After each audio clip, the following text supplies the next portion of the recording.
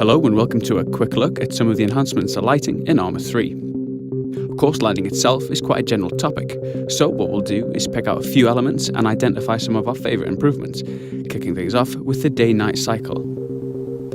Now, this alone isn't a new feature for the ArmA series, but it is worth mentioning that the progression of time can completely change the complexion of a scenario, and definitely, it's a big part of the sandbox potential of our games. Something that is new, however, is the enhanced richness of the nighttime scenes. The improvement to the way the engine handles HDR has enabled us to overhaul the feeling of darkness in ArmA 3. Vehicles particularly take on a whole new complexion, and the detailed ground surfaces really come into their own, cast in this kind of light. Now, these chem lights are one of my favourite new features. They offer a splash of colour to the night, illuminating and tinting the objects around them, as you can see on the barrel of this weapon as I move around using the new tactical pace, alluded to in an animations feature a few weeks back. So, if we take a look at the same scene, but now from a little further away, we can really begin to see the differences that the number of lights in a scene can make. The flashing lights there are from a chopper, and the sweeping beam is its searchlight. Moving further out still, we're able to keep the whole structure of the airbase in the scene, which you might imagine is great for navigation or indeed acquiring targets. In our Stratus showcase, we saw a glimpse of the new muzzle flashes. Now let's take a look again, this time using something with a little more punch.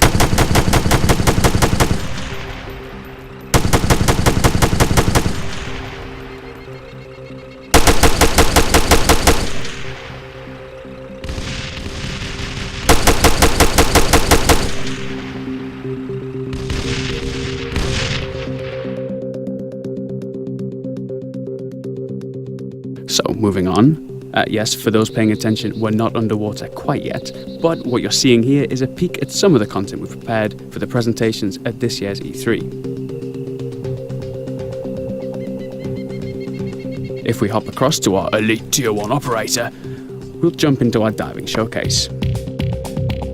This section demonstrates a number of new features, but of course here we're most interested in the lighting. Looking past the fish and through the surface, we can see the clouds and the underwater shading effects on the surface of rocks, seabed, etc. Things like these subtle particle effects zipping past and the seafloor clutter also really add to the overall impression of being underwater.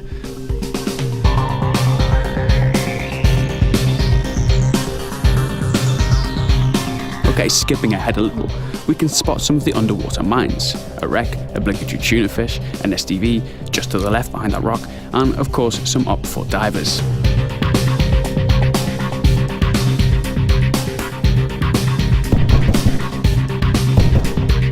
So that just about wraps up what we've got time to show for you now. As always, thanks for joining us, and if you'd like to see us at E3, we'll have much more information about that posted next week.